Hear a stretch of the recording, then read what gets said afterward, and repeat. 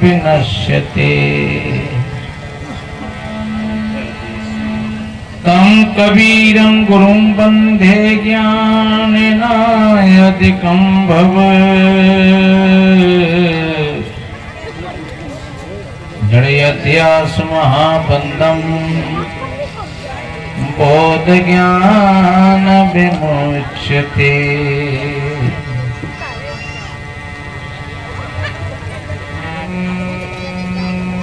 गुरु कृपा सो पाइए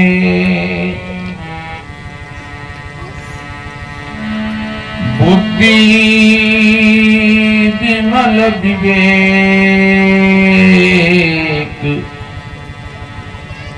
तीन ताप शीघ्र ही मिटे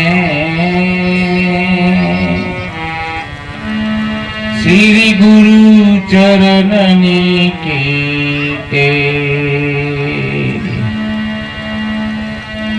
तीन ताप शीघ्र ही मिटे श्री गुरु चरणनी कीटे।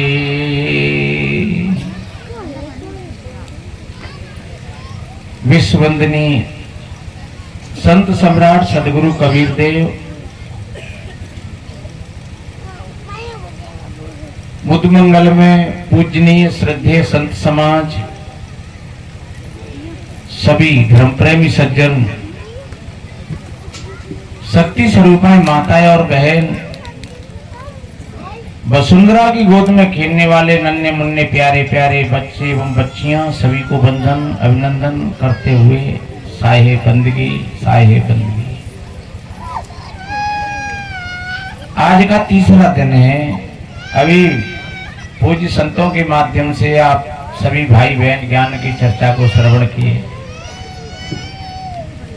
संत जगाते हैं, जागो रे जिन जागना जय जागन की बार, और फिर कब जागो नानका तब सो पैर पसार। करना तो सो ना कियो पड़ो विषय के फंद, और नानक समय जो रम गयो फिर क्यों रोग है अंध। ये मानव शरीर मिला है और जो करने योग्य काम है हम उसको नहीं कर पाते हैं। हम अपने मन की विलासता में फंस जाते हैं। अभी महात्मा जी सुना रहे थे एक उदाहरण,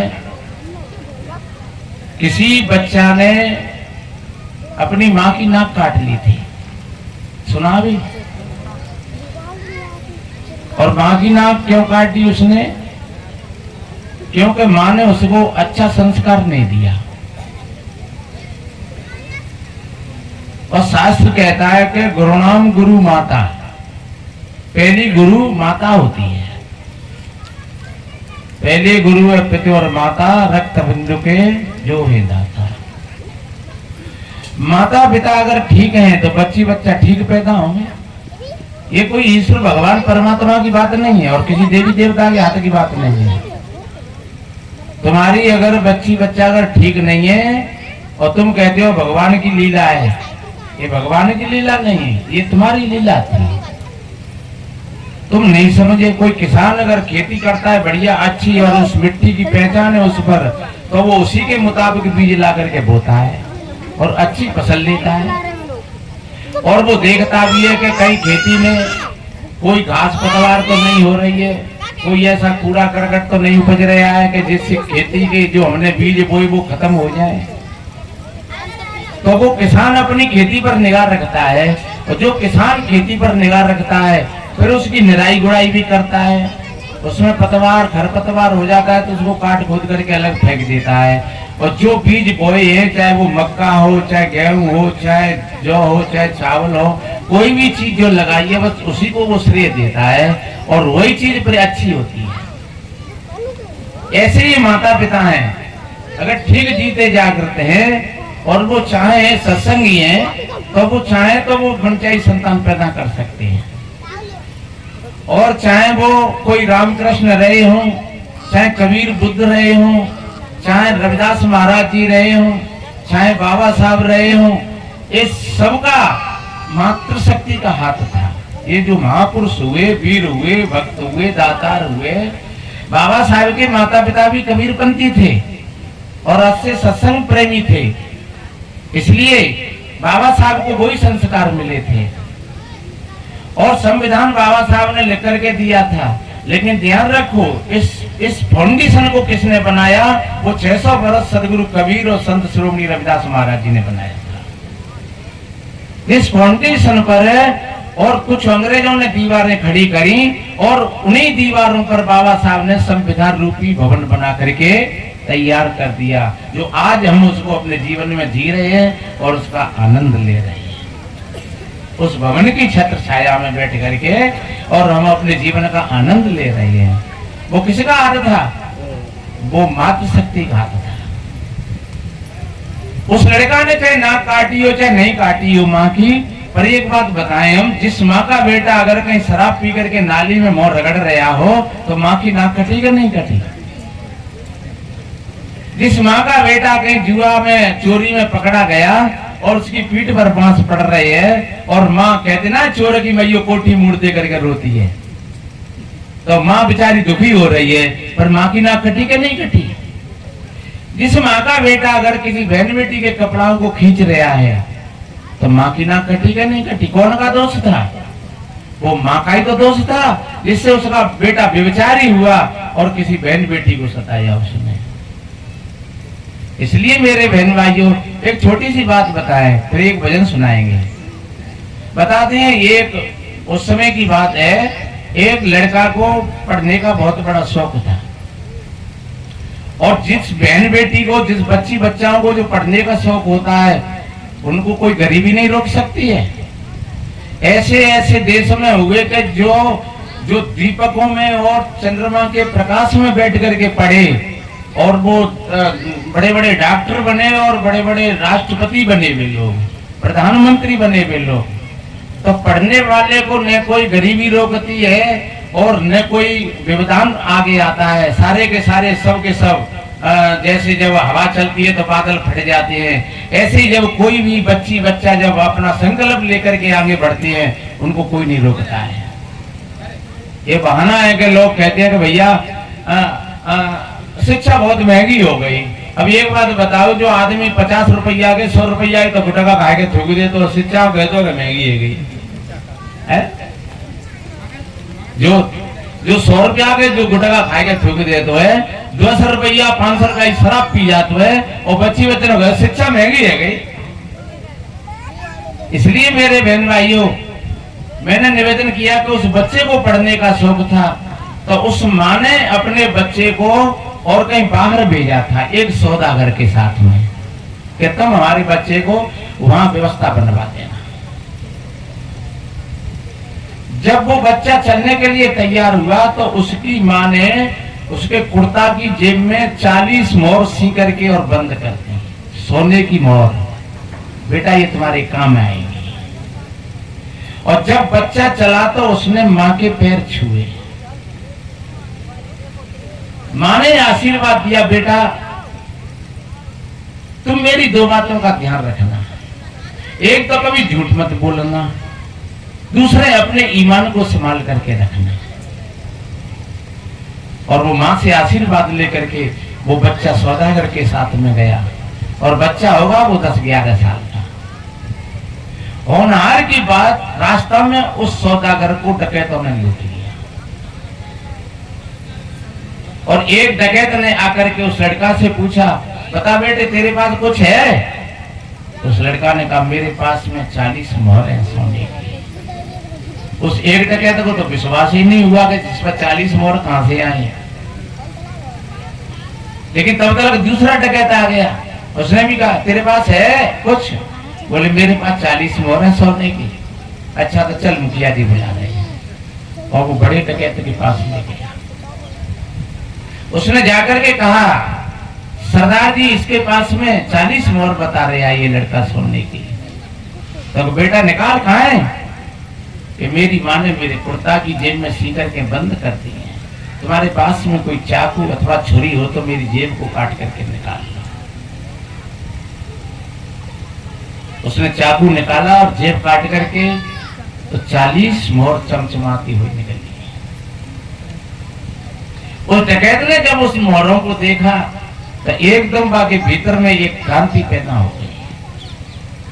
उसने कहा, एक बात बता, तू छोटा सा बच्चा है, तू मना ही कर दे तो तेरी नंगा जोड़ी तलाशी कौन लेता?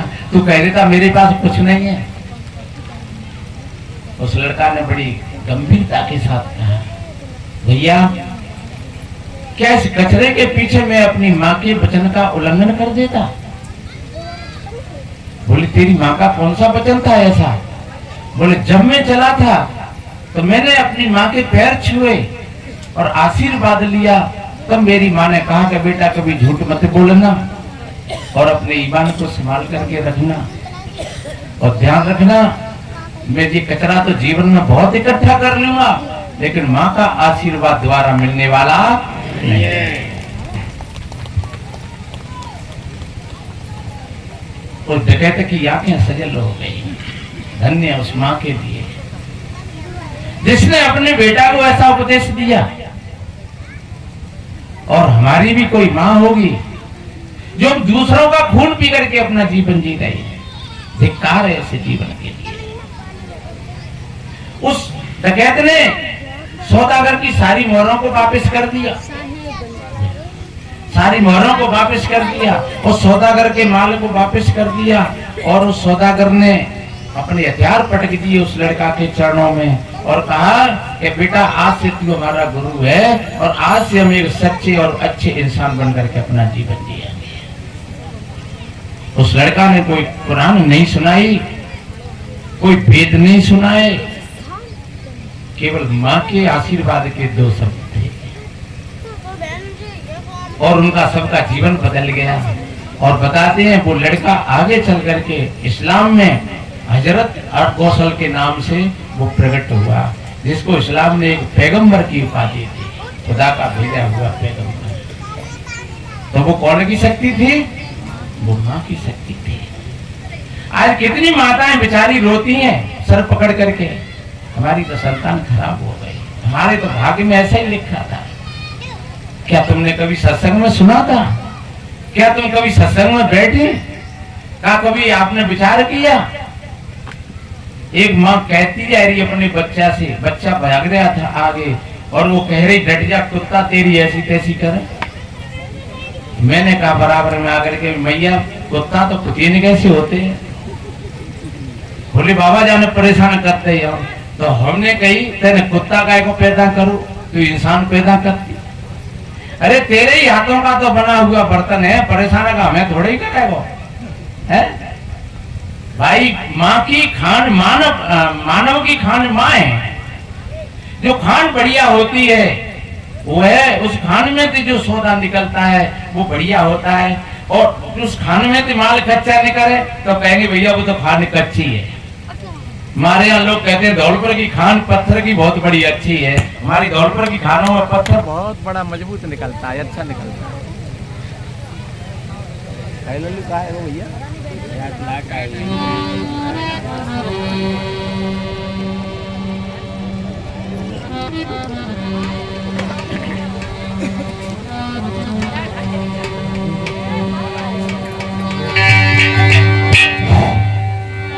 तो धन्य है उस माँ के लिए जो माँ इस तरीका से अपनी बेटी बेटाओं को, मैंने बोला था कि मानव की खान माँ होती है। जो मातृ शक्ति जीती जागृत है तो बेटी बेटा जीते जागृत होंगे। किसी कवि ने कहा है, माता वही है सुतवती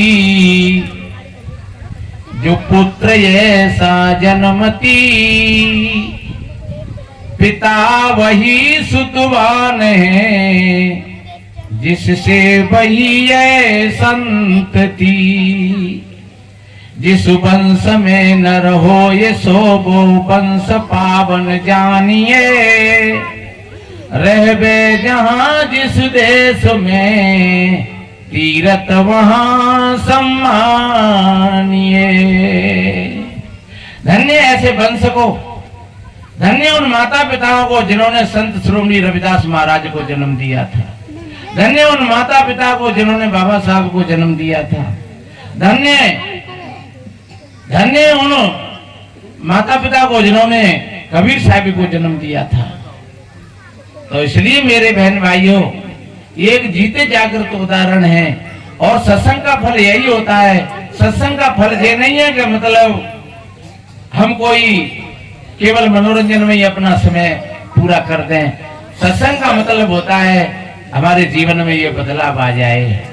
माता मंदाल शाह ने बताते हैं अपने 6 बेटाओं को महात्मा बना दिया था। और जब बच्चा रोता तो माँ कहती शुद्धो असी बुद्धो असी निरंजनो निर्विकारो असी संसार माया परवर्जितो असी।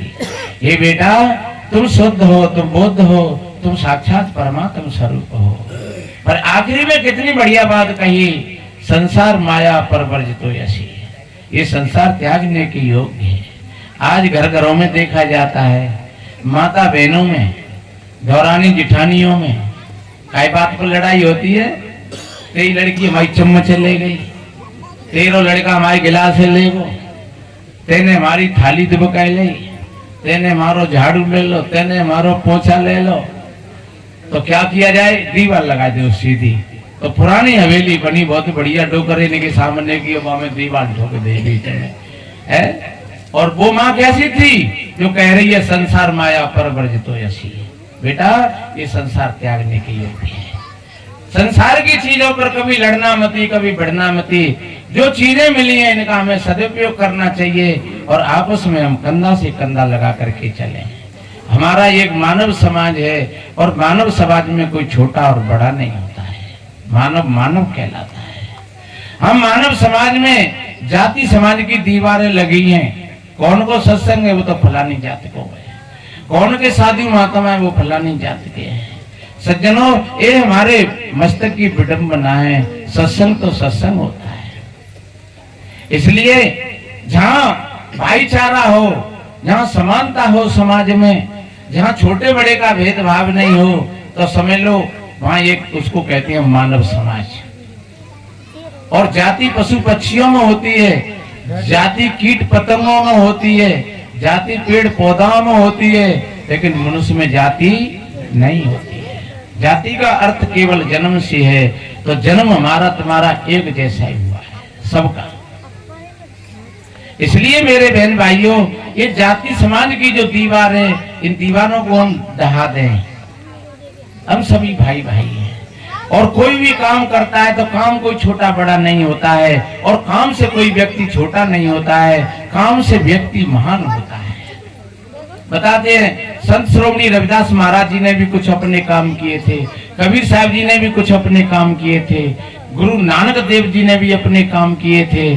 और बताते हैं कि जो ईसा मसीह, जो ईसाइयों में एक बहुत बड़े ईश्वर के पुत्र जिनको कहते हैं, वो भी एक बहुत बड़े अच्छे कलाकार थे। काठ का फर्नीचर बनाते थे, बहुत बढ़िया। तो कौन से महापुरुष का हम नाम लें। कृष्ण कितने मेहनती थे, जो इंद्र की पूजा छुड़ा करके, क्योंकि जो लोग यज्ञ करते थे उन यज्ञ कारकों से उन्होंने विरोध किया था।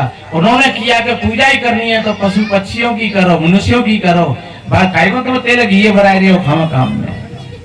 तो जो इंद्र की पूजा का उन्होंने विरोध किया और इंद्र ने खूब जम करके कृष्ण से और संघर्ष किया, लेकिन आखिर से इंद्र को पराजित होना पड़ा।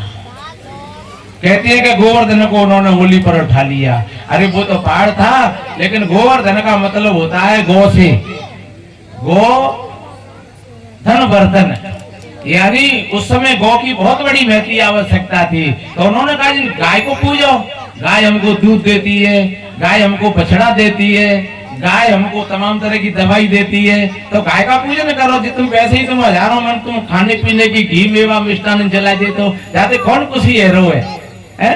तो इस तरीका से उन्होंने इंद्र का विरोध किया, यज्ञ का कर्म का विरोध किया। और कृष्ण एक चरागा थे, गौ चराते थे और कितना बड़ा पुरुषार्थ किया था जिससे कृष्ण जी ने। तो इसलिए मेरे बहन भाइयों, काम कोई छोटा बड़ा नहीं होता है और काम से कोई व्यक्ति छोटा बड़ा नहीं होता है। हाँ, जिस किसी कार्य को व्यक्ति करता है वही काम उसको महान बना देता है, अगर करता है ठीक। तो मैं निवेदन किया, धन्य उस माँ के लिए, धन्य ऐसे पिता के लिए जो ऐसे माता पिता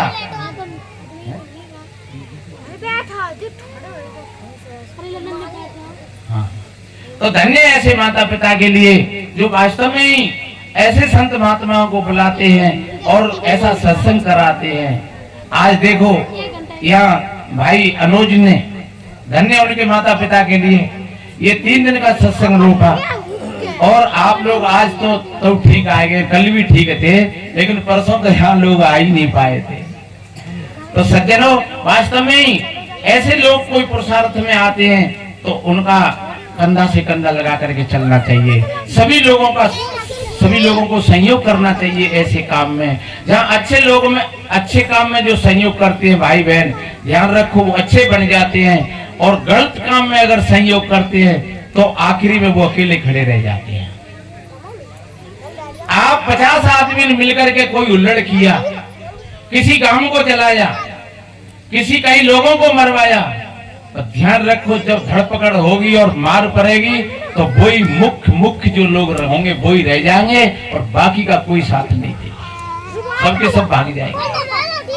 और अगर अच्छा काम किया है आपने तो अच्छा काम किया है, तो अकेले नहीं अच्छा काम किया और अकेले के साथ में फिर और लोग जुड़ गए, बढ़िया और जुड़ गए। हमारा पाठशाला कार्यक्रम था एक गांव में, भिंड है, जिला भिंड में। तो एक लड़का कार्यक्रम लेकर के आया था और वो 4-5 पुरा थे, छोटे से।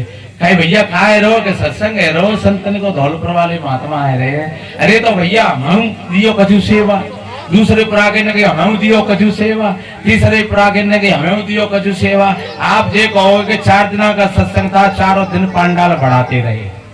और कहीं कौन से उपरा पे भीड़ जा रही है खानो खाए, आज दूसरे पुरा पे भीड़ जा रही है खानो खाए, आज तीसरे पुरा पे भंडारो चल रहा है। और वो जबरदस्त कार्यक्रम हुआ, 4-5 गांव मिल गए उसमें। मैंने कहा देखो कोई अच्छा काम करने के लिए एक आदमी कदम बढ़ाता है, उसके कितने मित्र और सहयोगी बढ़ जाते हैं। और जब एक आदमी कोई भीड़ के साथ में गलत काम कर देता है तो भीड़ उसका साथ छोड़ देती है। फिर जेल में बेटा अकेले ही जाना पड़ेगा, बाघ संग कूना जाएगा।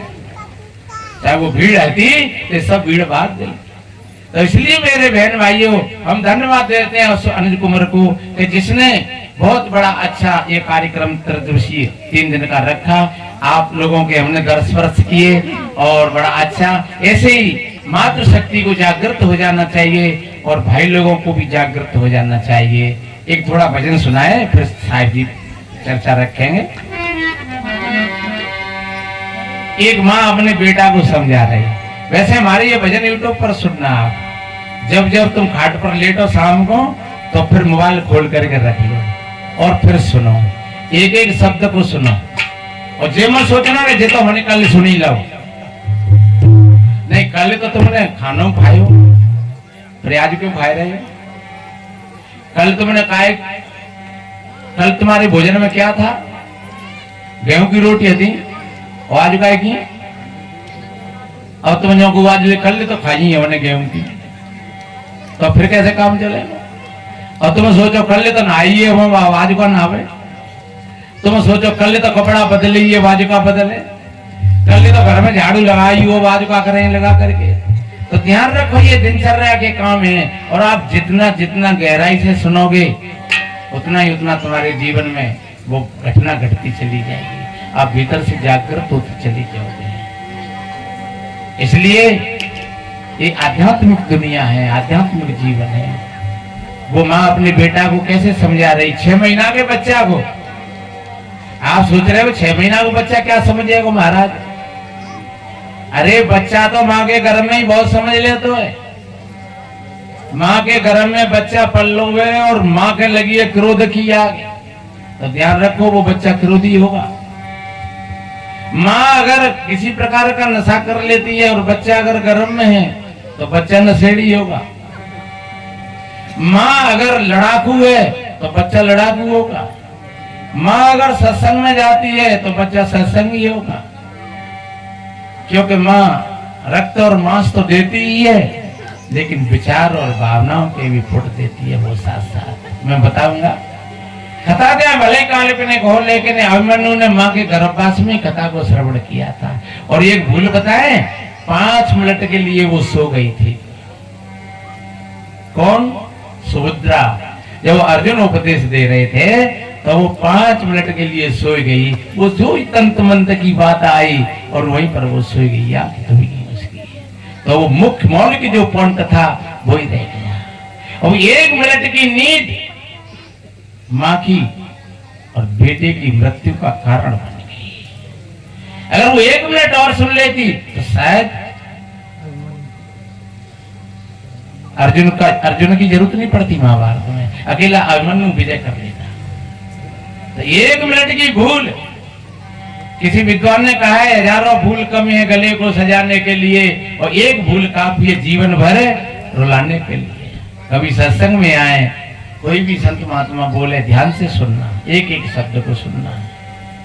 और संतों की वाणी होती है मेरे भाई बहनों, वो आपकी वाणी होती है। तो वो मां समझा रही है बेटा बड़े प्यार से झूला झुला रही है। कितनी माताओं को तो बच्ची बच्चाओं से बात करने का भी होश नहीं रहता है, मजाक में बोलते सूते शब्दों का प्रयोग करते हैं। जो समझदार माता पिता होते हैं वो बच्ची बच्चाओं के सामने कभी गलत काम नहीं करते, गलत भाषा नहीं बोलते हैं, क्योंकि बच्चे का हृदय भी कोरे कागज की भांति है। जो तुम बोलोगे वो उसके हृदय पर लिखता हुआ चला जाएगा। और आज नहीं तो कल जब उसकी कैसेट खुलेगी तब तुम कहोगे जी कहां से सीखो जी बात है। अरे तुम्हारा ही व्यक्तित्व उसकी अज्ञात चेतना में रिकॉर्डिंग हो गया पूरा का। इसलिए बहुत बड़े सावधानी की बात है। ईश्वर भगवान और परमात्मा की तरफ हाथ मत करना, कोई न काहू सुख दुख कर दाता। तो कितना बढ़िया वो मां समझा रही है और ऐसे प्रत्येक मां को सावधान हो जाना चाहिए।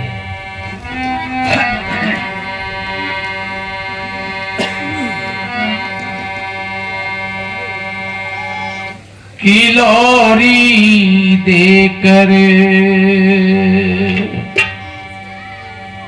मां समझावे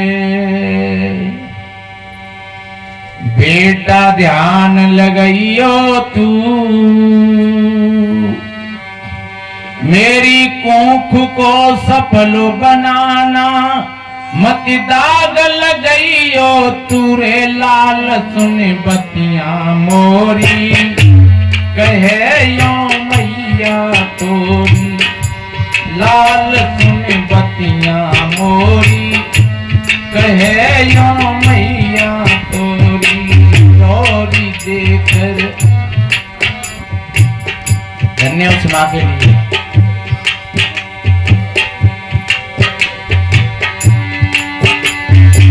तेरे पिता के अंश मात्र को मैंने कोख भूमि में कीजा।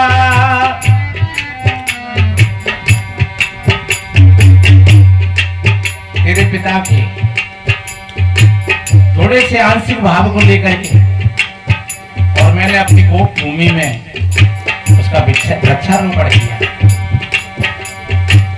भाई लोग ये नहीं समझे कि हमारा तो पीछे झूठे हो, अब तो मोई जा रहे सबका छू। और एक बात होता है, मां धरती है तो पिता आकाश है। धरती के पास में सारे बीज हैं, लेकिन अगर आकाश नहीं बरसे तो एक भी बीज नहीं उपजेगा। ये 4 महीना की तपस्या है धरती की, ये 4 महीना तप रही है और प्रतीक्षा कर रही है कि हे आकाश देवता तुम कब बरसोगे। तो जब आकाश बरसता है सारे के सारे बीज प्रपुष्ट हो जाते हैं और पूरी पृथ्वी हरी भरी हो जाती है। और एक बात बताएं, मात्र शक्ति के पास में जमाबंदी है और पुरुष के पास में जमाबंदी नहीं है। जमाबंदी का मतलब होता है जैसे कुंड में बीज रख देते हैं।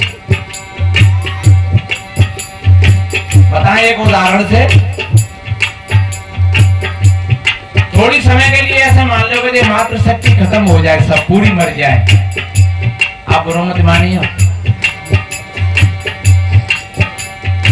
ये सब मात्र शक्ति खत्म हो जाए पूरी तो पुरुष के हाथ में फिर कुछ है सृष्टि को चलाने की व्यवस्था।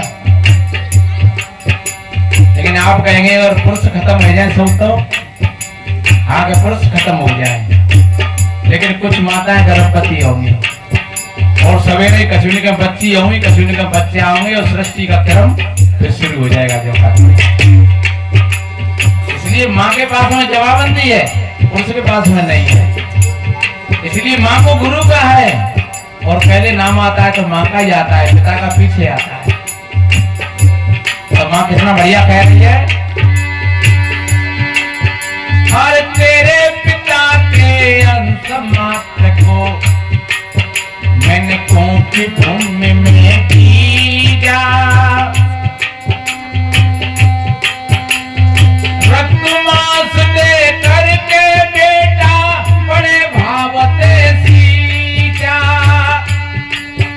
और रक्त मांस दे करके लाला बड़े भावते सींचा, गर्भवास से बाहर आया तब छाई खुशी अपार, लाल में हो गई गौरी कहे यो मैया तोरी, लाल में हो गई गौरी कहे यो मैया तोरी, लोरी देकर माँ समझावे बेटा ध्यान लगाइयो तू, मेरी कुंभ को सफल बनाना मति दाग लगाइयो, लाल तूने बत्तियां मोरी कहे यो मैया तोरी, ओ लाल तूने बत्तियां मोरी।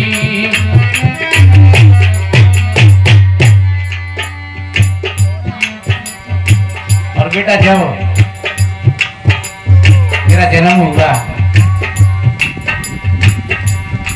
एक तरफ तो प्रसव पीड़ा और एक तरफ प्रेम तेरे प्रति, और मुझे तो पता भी नहीं लगा, मुझको दूसरे लोगों ने संभाला। और सुन,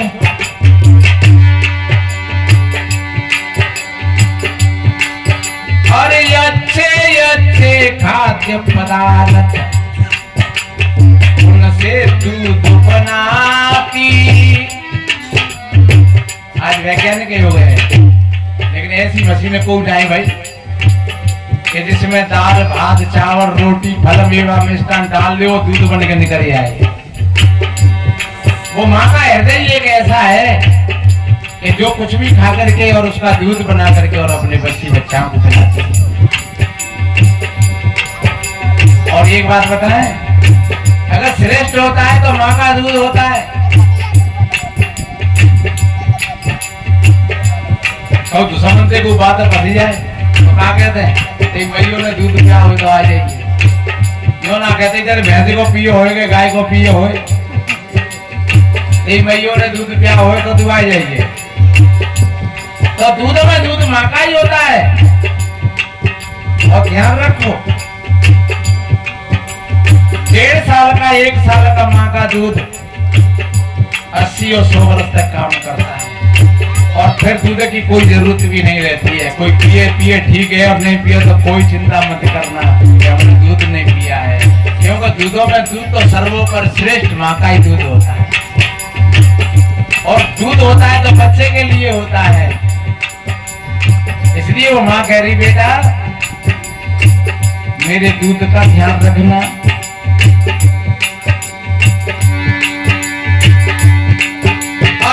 अच्छे अच्छे खाद्य पदार्थ उनसे दूध बनाती,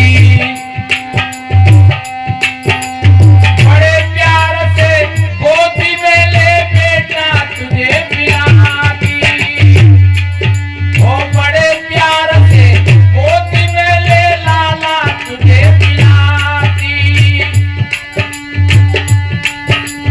जन समाज की सेवा करके मेरे दूध को सारा बनाइयो,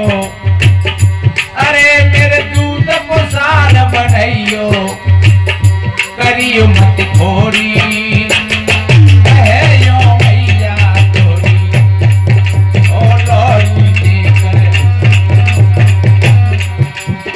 लौरी देकर माँ समझावे, बेटा ध्यान लगाइयो तू, मेरी कूक को सपन बनाना, मत दाग लगाइयो तू, लालच में मतियां मोरी, कहियो मैया तोरी, लालच में मतियां मोरी, कहियो मैया तोरी, लालच में।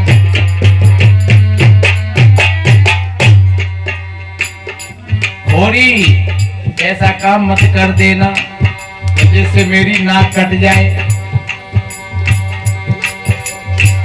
धन्य है ऐसी माँ अपनी संतान को जन्म देती है।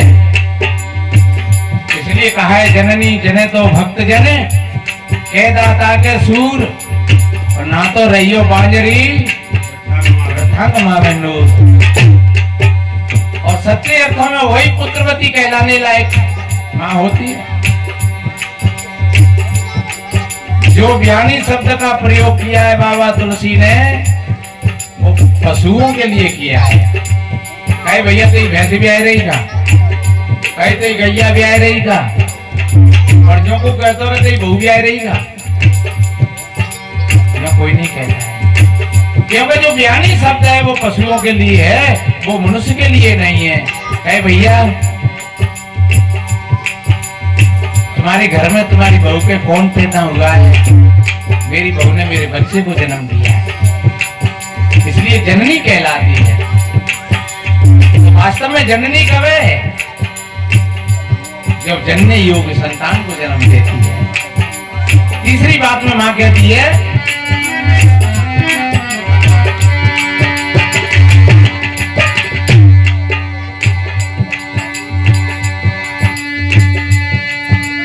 देश धर्म की खातरे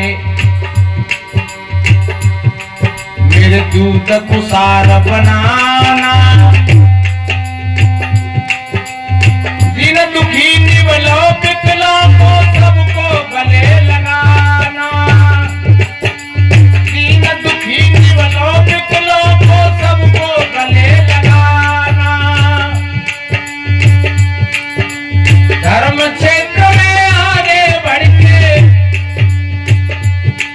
माँ बहनों का मान बढ़ाइयो, अरे माँ बहनों की शान बढ़ाइयो, प्रेम की रखियो डोरी, कहियो मैया तोरी, प्रेम की रखियो डोरी।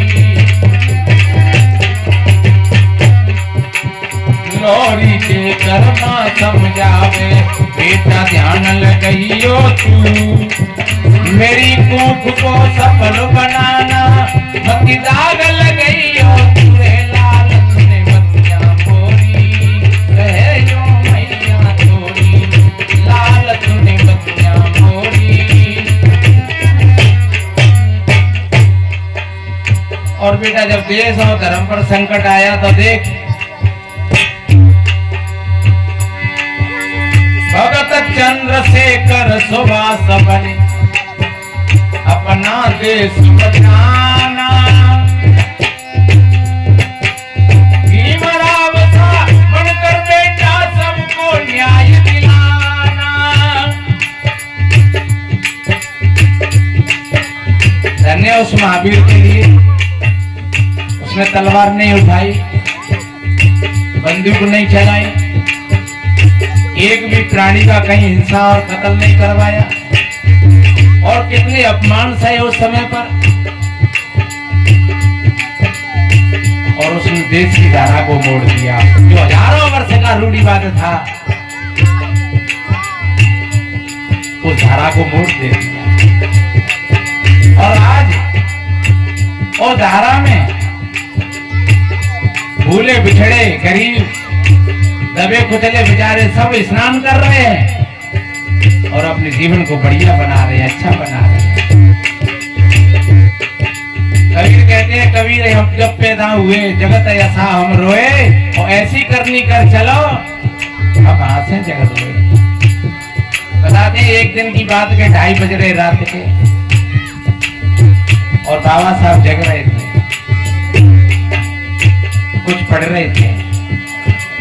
लोगों ने पूछा उनसे, बाबा साहब 2:30 बज रहे हैं, अभी आप सोए नहीं हो?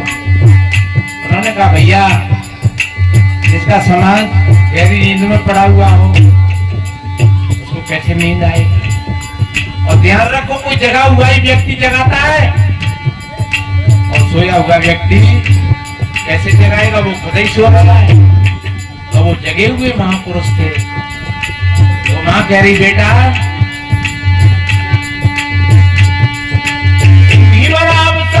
बनकर बेटा सबको न्याय दिलाना, संत कबीर के उपदेशों से हर समता भाव बनइयो, विषमता देना तोड़ी,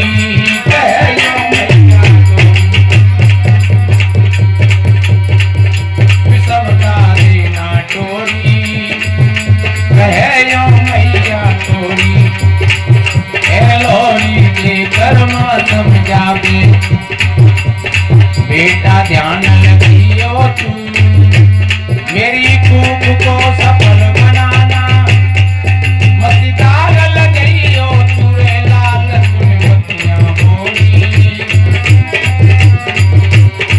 ओ लाल सुन बतियां बोली।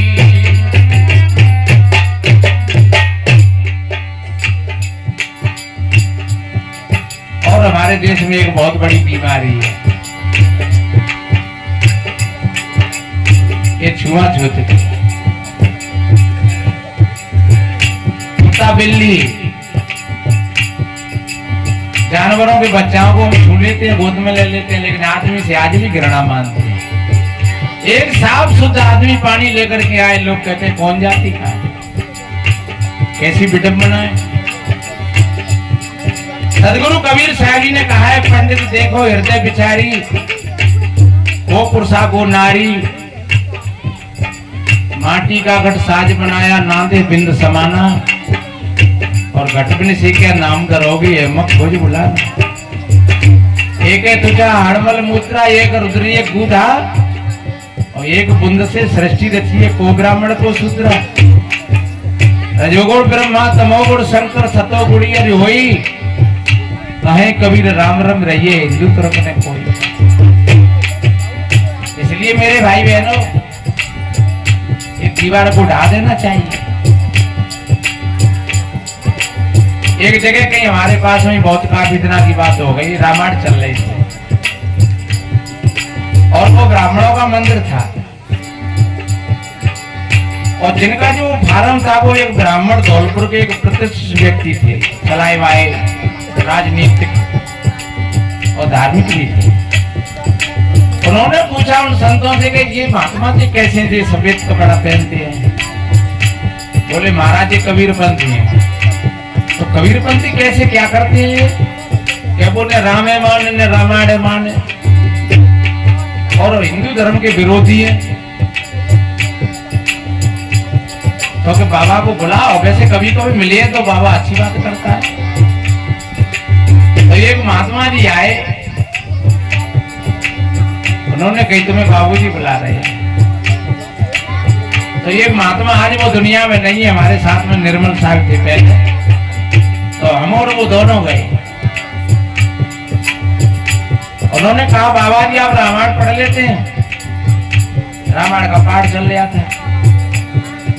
मैंने कहा पढ़ लेते हैं, ज्यादा तो नहीं पर थोड़ा पढ़ लेते हैं, हम पढ़े लिखे नायक हैं। तो सुनाई दे हुए? मैंने कहा हाँ सुनाई दे। तो मैंने रामायण बोला, उस समय हमारा रामायण पर अभ्यास भी ठीक चल रहा था। ताला बंद कर दो, ये पानी पता थोड़ी देर के लिए बंद कर दो बेटा। तो मैंने रामायण बोला और बाबा ने ढोलक बजाई, 1-1.5 घंटा रामायण बोल दिया। वो लोग मुग्ध हो गए, 50-100 लोग थे वहां, साधु संत थे, कुछ ब्राह्मण लोग थे।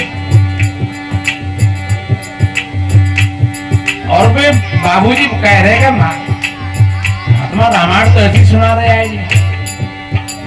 और जब मैं आया बड़े सम्मान के साथ बिठाया उन्होंने और पूछा कि बाबा हमने ये सुना था कि आप राम को नहीं मानते और रामायण को नहीं मानते हो और आपने रामायण तो बढ़िया सुनाया। मैंने कहा हम लोग रामायण को मानते भी हैं और जानते भी हैं, लेकिन आप लोग केवल रामायण को मानते हैं, आप राम को मानते हैं। आप राम को मानते हैं लेकिन राम की बातों को नहीं मानते। आप रामायण को मानते हैं लेकिन रामायण की बातों को नहीं मानते। एक पंडित जी ने लाल से भय महाराज जी कैसे कह रहे हो तुम? हमने की चाहे शरण के मोहने में गुटका भर रहे हैं और जो चिलम चल रही है रामायण में कहाँ लिखी है? और हम लोगों में कोई नहीं पीता खाता है। हमारे समाज में अगर कोई कबीर पंथ का साधु गुटखा तम्बाकू खाता होगा और पता लग जाएगा तो समाज उसको नीचे उतार देगा, आप मंच पर बैठने लायक नहीं। और तुम सब लोग तम्बाकू खा रहे हो, गुटखा खा रहे हो, गांजा पी रहे हो और तुम शराब भी पी जाते होंगे।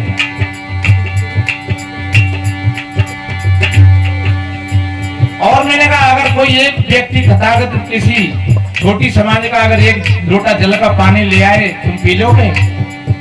बोले ऐसे कैसे पी लेंगे? मैंने कहा हम तो पी लेंगे।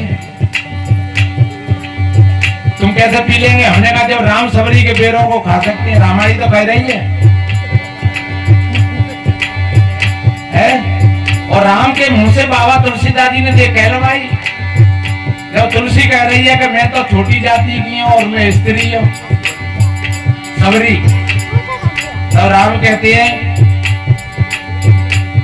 वीर सुन भावे ने बाता मानो एक भक्ति कर नाता जात पांच कुल धर्म बढ़ाई धनवल परजन गुण चतुराई और भक्ति इन नर सोगो कहते जल विनवार देखी जैसे। ए सबरी चाहे कोई कितना भी जाति में बड़ा हो लेकिन उसके हृदय में प्रेम और भक्ति नहीं है। भक्तिवंत नीचे प्राणी और मोह प्राण प्रिय सुन मुम पानी और भक्तिहीन ग्रंथ किन होई सब जीवन सब प्रिय मोह। चाहे वो ब्रह्मा क्या नहीं हो, उसके हृदय में अगर प्रेम और भक्ति नहीं है तो मेरे लिए तो वो सभी जीवों के समान है। और प्रेम और भक्ति जिनके हृदय में नहीं है वो व्यक्ति ऐसे जानो जैसे बिना पानी के बादल। और तुमको तो नवदा भक्ति कहूं तो पाई, तुमको तो नवदा भक्ति प्राप्त है। और बताते रामायण कह रही है कि सबरी के बेर खाए थे, तो जब राम सबरी के बेरों को खा सकते हैं, जब निषाद को गले से लगा सकते हैं, गीतराज को गोदी में बिठा सकते हैं, तो क्या हम अपने भाइयों का पानी नहीं पी सकते हैं? क्या आप बताइए, आप रामायण को मानते हो कि जानते हो क्या करते हो? तुमने तो केवल धंधा बना लिया है। और वो बाबूजी ने कहा कि भाई आप चाहे लाल पीरिया से भले ही करो पर महात्मा की बात में दम है। इसलिए मैं तो निवेदन करता हूँ मेरे बहन भाइयों, यहाँ पर कोई छोटा नहीं है और कोई बड़ा नहीं है, हम सभी भाई भाई हैं। कंधा से कंधा लगा करके चले और ये छुआछूत की जो बीमारी है इसको मठाएं, दूर करें, तभी भाईचारा बढ़ेगा, प्रेम और समता आएगी समाज में। अन्यथा कुछ देर ज्यादा नहीं लगेगा समय। दो राजा थे आज से कुछ समय पहले, जिसको एक कहते हैं राजा पृथ्वीराज और एक कहते हैं जयचंद, और दोनों में फूट पड़ गई और दोनों की फूट के कारण ये भारत ने 1100 वर्ष की गुलामी झेली। इसलिए सज्जनों, आपस की फूट हमें परेशान करती है और आपस की समता अगर है, हमारे गांव में समता है, हमारे परिवार में समता है, तो दुनिया की ऐसी ऐसी। इसलिए वो माँ कहती है बेटा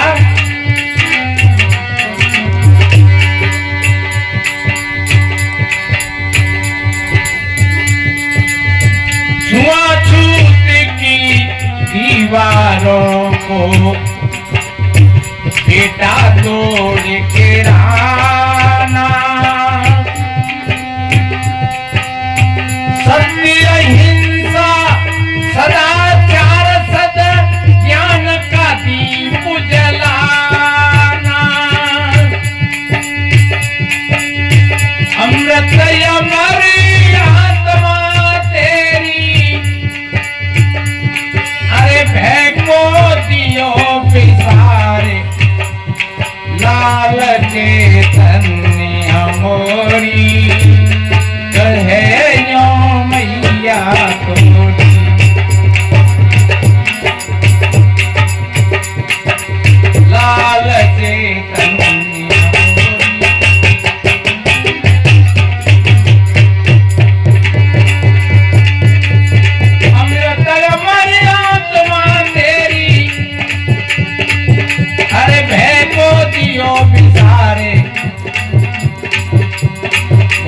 दिए बेटा तू अमृत स्वरूप है और अमृत नाम की और कोई चीज नहीं है। लोग कहते हैं जब कथा वाचक जो पंडित शास्त्री लोग कथा कहते हैं वो कहते हैं कि पहले देवताओं के पास में अमृत था, लेकिन अमृत हो तो और कब न पियो हो तो आज हो तो का नहीं हुआ आदमी जाने 4000 वर्ष पहले अमृत पान किया था आज बैठो नहीं, लेकिन ऐसा अमृत कोई नहीं है। सदगुरु कबीर ने कहा है अमृत बस जाने नहीं मन भैया सब लोए, और कहे कबीर कामो नहीं जीवे मरण हो, जो मरता नहीं है उसी को अमृत कहते हैं, और जो मरता है वो मृतक है। तो ये मृतक शरीर है वो अमृत आत्मा है।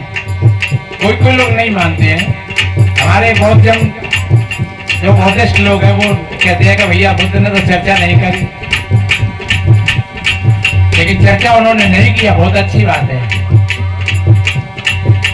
और जो बुद्ध की जो मूर्ति को आप देखोगे वो कैसे ध्यान में लीन है गहराई से, इसलिए उन्होंने आत्मा परमात्मा की बातें नहीं करी, लेकिन इसका मतलब ये नहीं है कि उन्होंने नकार दिया हो, नकारा नहीं। लोग जाकर के पूछते उनसे कि आत्मा परमात्मा क्या होता है, तो वो कहते ध्यान करो, वो कहते ध्यान करो, और जब ध्यान करते महीना 15 दिन सबका का समाधान हो जाता, क्योंकि आत्मा परमात्मा कोई बकरे की चीज थोड़ा ही है। के गीत गाओ वो तो एक ठहराव है भीतर का, इसलिए वो माँ कह रही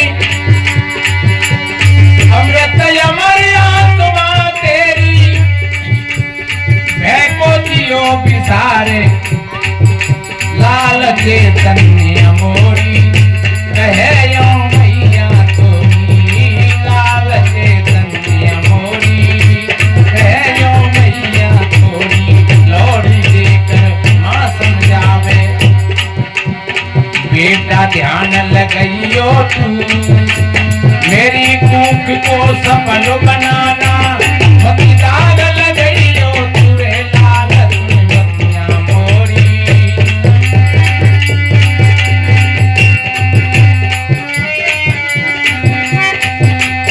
और माँ कहने लगी बेटा अरे तू अमृत आत्मा राम है तुझे कौन मारने वाला, तू अमृत आत्मा राम है तुझे कौन मारने वाला।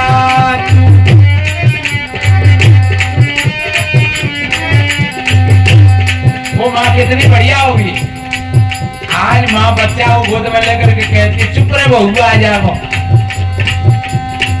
और वो अगर बच्चा पूछ बैठे माँ से कि मम्मी हुआ कांटा ही रहते हैं तो दांत ने बोल के रह जाएगी, क्योंकि हुआ देखो ही ना ने आज तक देखो कौन है, आप लोगों ने देखो कौन है।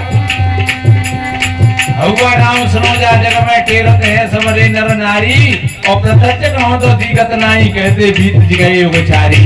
अरे भैया हुआ नाम की कोई चीज नहीं है, लेकिन माँ समझा देते हैं बापो घर में मन चलो जाइयो, और नहर की पुलिया पे मन चला जाइयो वहाँ भूत रहते है, और पीपल के पेड़ पे मन चला जाइयो वहाँ जिंदा रहते है।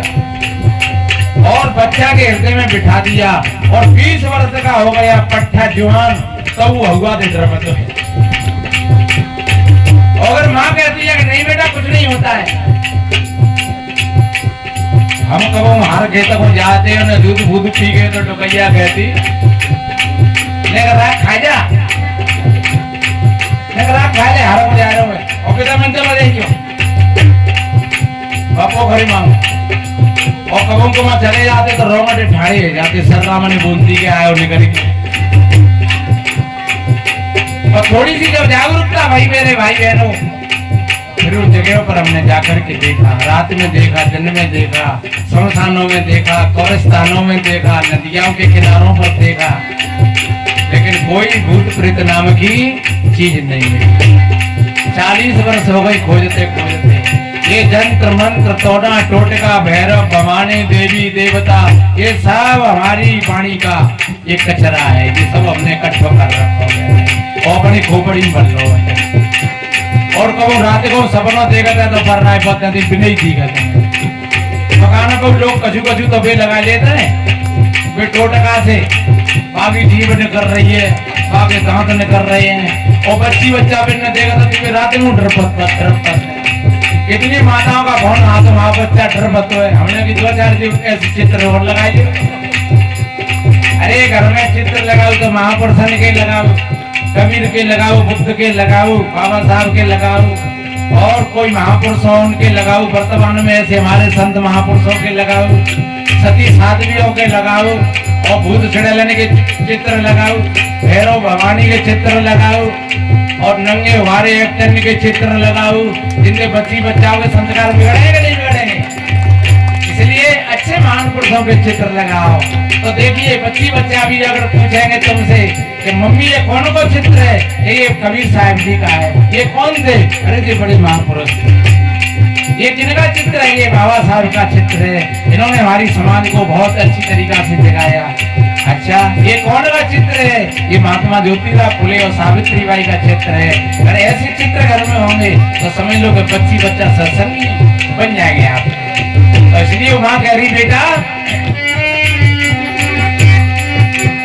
अरे तू अमृत आत्म राम है, तुझे कौन मारने वाला। अमृत आत्म राम है, तुझे कौन मारने वाला।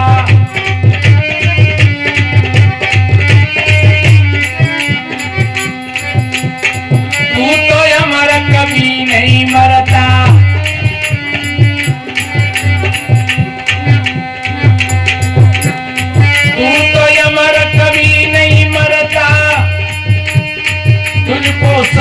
छेद नहीं सकता। हर जल के बीच कभी नहीं जलता जल के, और नहीं जले तू आग में नहीं पवन सोखने वाला। नहीं जले तू आग में नहीं पवन सोखने वाला।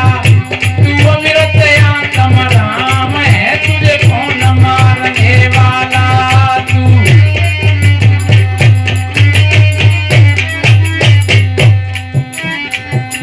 में भी एक सूत्र में कहा है नैनम छेदन्ति शास्त्राणि नैनम दहति पावका न चैनम कलयति अंत्यापो न शोषन्ति मारुता। हे अर्जुन इस आत्मा को कोई शस्त्र छेद नहीं सकता है, इसको आग जला नहीं सकती है, पानी गला नहीं सकता है, हवा सुखा नहीं सकती है। फिर तुम काय को भयभीत रह रहे हो। और ध्यान रखो शरीर तो जो शरीर है, कबीर चले गए, बुद्ध चले गए, महावीर चले गए, और हम चले जा रहे हैं, विदेश चले जा रहे हैं। बचपन चलो गो, जवानी चली गई और जीव जाने को तैयार बैठो है।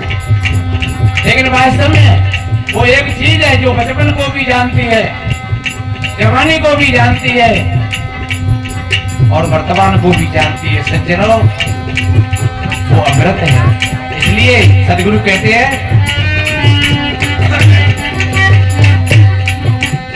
धर्म भंग का नशा किया है, ऐसा तू बेहोश हुआ है। धर्म भंग का नशा किया है, ऐसा तू बेहोश हुआ है। अपने को तू भूल गया है, अपने को तू भूल गया है। अरे तू शायर सिंह सपूत है, तुझे कौन डराने वाला। तू शायर सिंह सपूत है, तुझे कौन डराने वाला। तू अमृत आत्म राम है, तुझे कौन मारने वाला। अब तो जाग पड़ो भैया, वक्त नहीं है सोने का। अब तो जाग पड़ो बहना, वक्त नहीं है सोने का। अब तो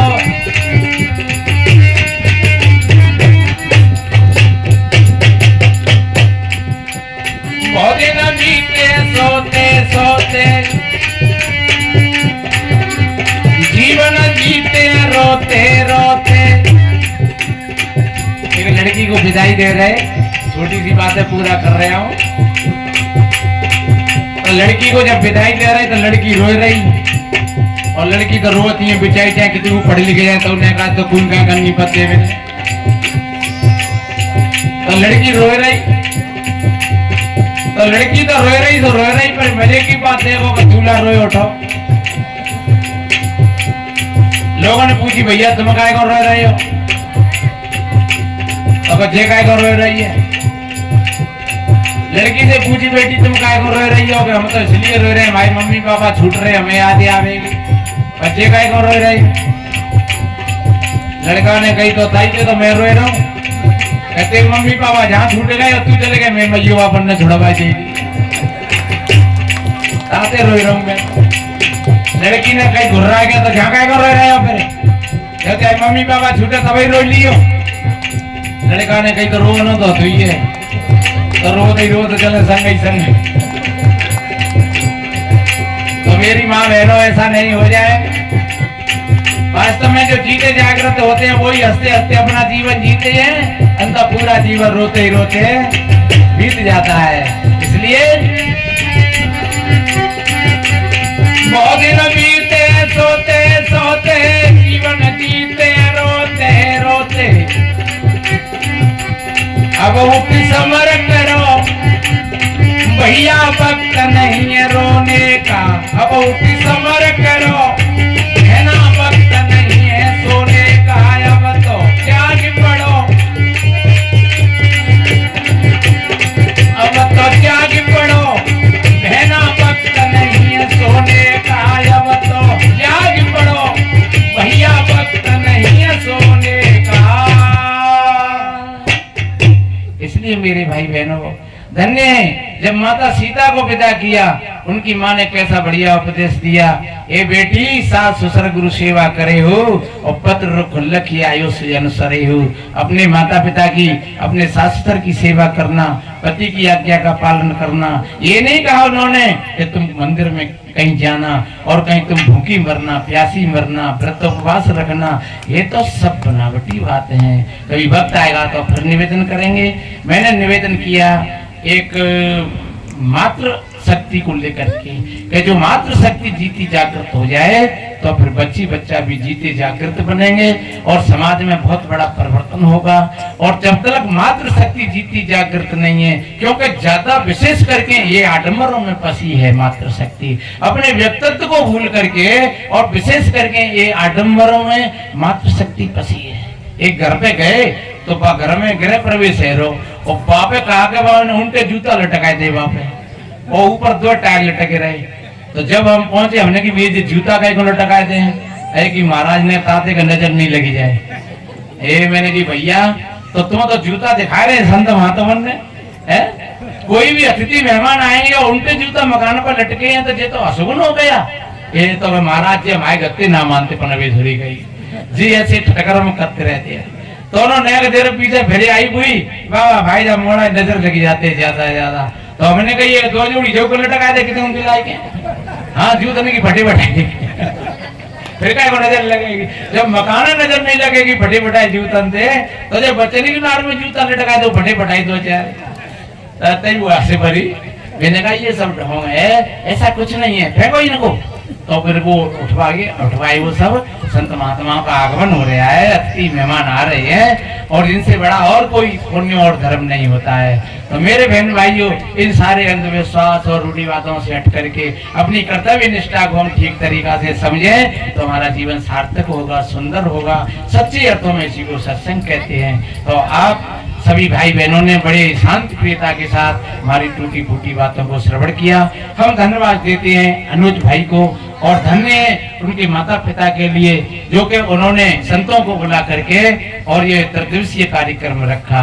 और आप सभी भाई बहनों के लिए कोट कोट साधुवाद। आपने हमारी फूटी टूटी बातों को बड़े ध्यान से बड़ी शांत प्रियता का परिचय देते हुए आशा ही नहीं पूर्ण विश्वास है आपके जीवन में जागरूकता आएगी, आपका जीवन अच्छा बनेगा, सुंदर बनेगा।